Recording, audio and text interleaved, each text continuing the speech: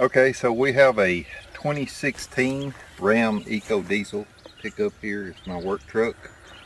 The other day I was coming in from work and it just stopped running in the middle of the road. No warning, no anything. It just shut down. So I coasted into a parking lot, called a wrecker. He brought us in, brought it home, and I started testing, and the fuel pump would not turn on when I turned the switch on. I didn't have any noise coming from the lift pump in the tank. So the first thing I did was went under the hood to the TIP'em, and I checked the switch, or the fuse, which is this green 30 amp fuse for the fuel pump. I pulled it, checked it with my voltmeter to make sure that it did have voltage, and it had 13 volts going through it, so it was I knew I was getting power to the pump at that point. So I kept trying to get the pump to come on. It would not. So the next thing I did was took the breather loose, took the cover loose, and sprayed just a little bit of ether down in there, and I turned it over and it tried to hit off the ether. So that told me that it's most likely a fuel problem, not an electronics problem, and I've already checked the fuse. So that told me that most likely it's the pump.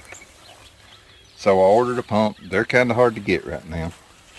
But anyway, I found one, had it shipped in, and we just took the bed off.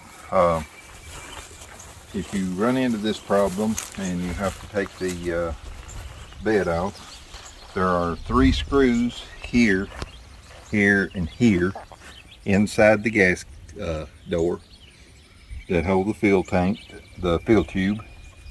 There are only 6 bolts.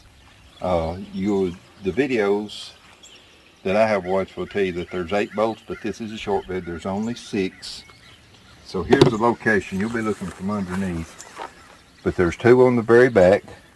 About a foot farther forward, there are 2 more, 1 on each side, and then there are 2 more that are located right here in these standards there. So they have to be taken out from the bottom. Take those 3 screws loose, take those 6 bolts out. Your tail lights have to be unplugged, and take the tail lights out and the bulbs. Unplug them, feed the wires back down through. Then you can lift the tank or the bed off, which we did with our tractor. You can do it if you've got 3 or 4 people. You can just pick it up and set it off. I use straps to go in an X from the tie downs in the bed and lifted it up to get it off. And we lifted it off, and then the fuel pump is here. Okay, these are pretty straightforward clips. They're easy enough to get loose, and then you unplug this. You have to push the red over and pull it out to unplug it. These clips, you can just lift those out with a screwdriver and unplug the fuel lines. Clean everything up before you start, because on mine there was a lot of dirt on top of the tank.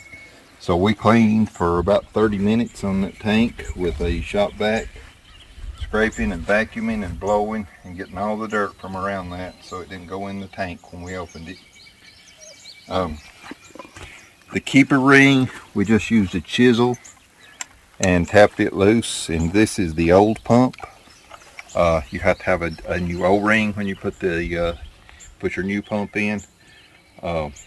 This pump assembly retail is $5.25 plus $40 for the O-ring, and that's about it.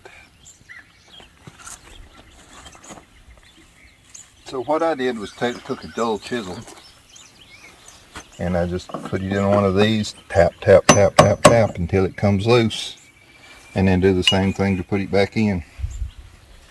As soon as we got it in, we plugged everything up, and the truck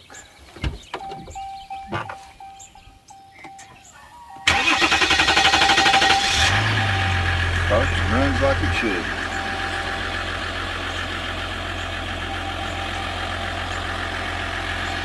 And I used an electric impact to get these loose. It would be very hard to do from underneath with a socket and a ratchet. These bolts were very tight.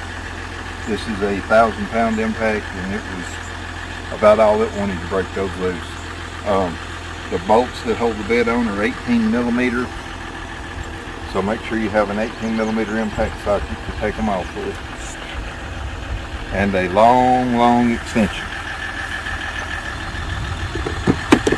I've got about